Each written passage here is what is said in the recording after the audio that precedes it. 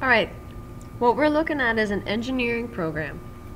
And you should have typed in or clicked on this link. JHU stands for Johns Hopkins University, and that's an engineering, well, it has everything, but it has an engineering branch to it. So all these words are going to look different because they're using engineering words. So, for example, nodes, corners. Members, those are sticks for us. Loads, those are forces. You can take off a corner or a stick or force one at a time. If you are frustrated, you can also click clear all. Now, there's all this stuff on the bottom.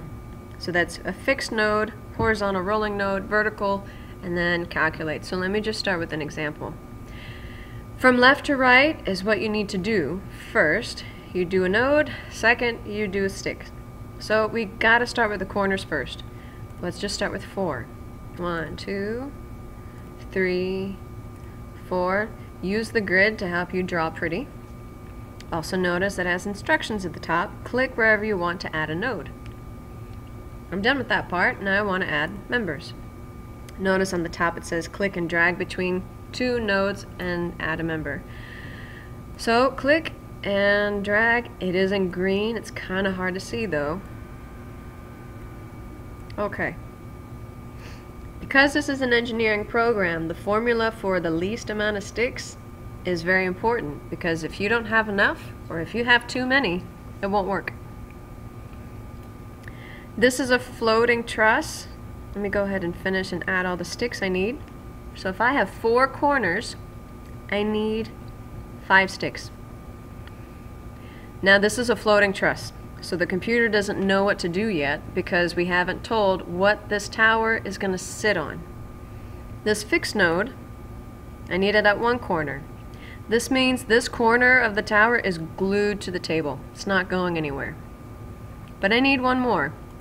I need a horizontal rolling node, and it works like a skateboard. So this means it sits on it, but like a skateboard it can slide back and forth. Now we need this because buildings really do move.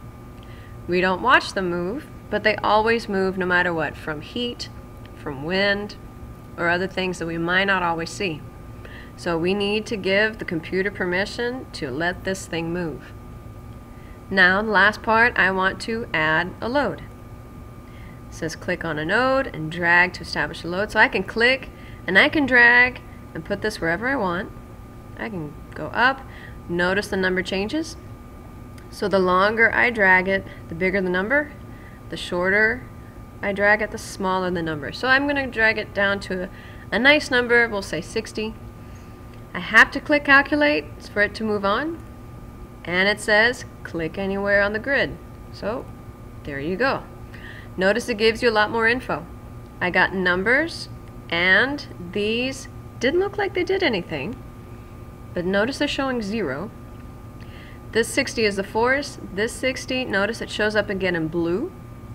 And then down here is 59 degrees. I want you to finally notice that it does color code. So if we have sticks in tension, it's in red. If they're in compression, it's in blue. And I'll explain a little more on how this would work in the next video.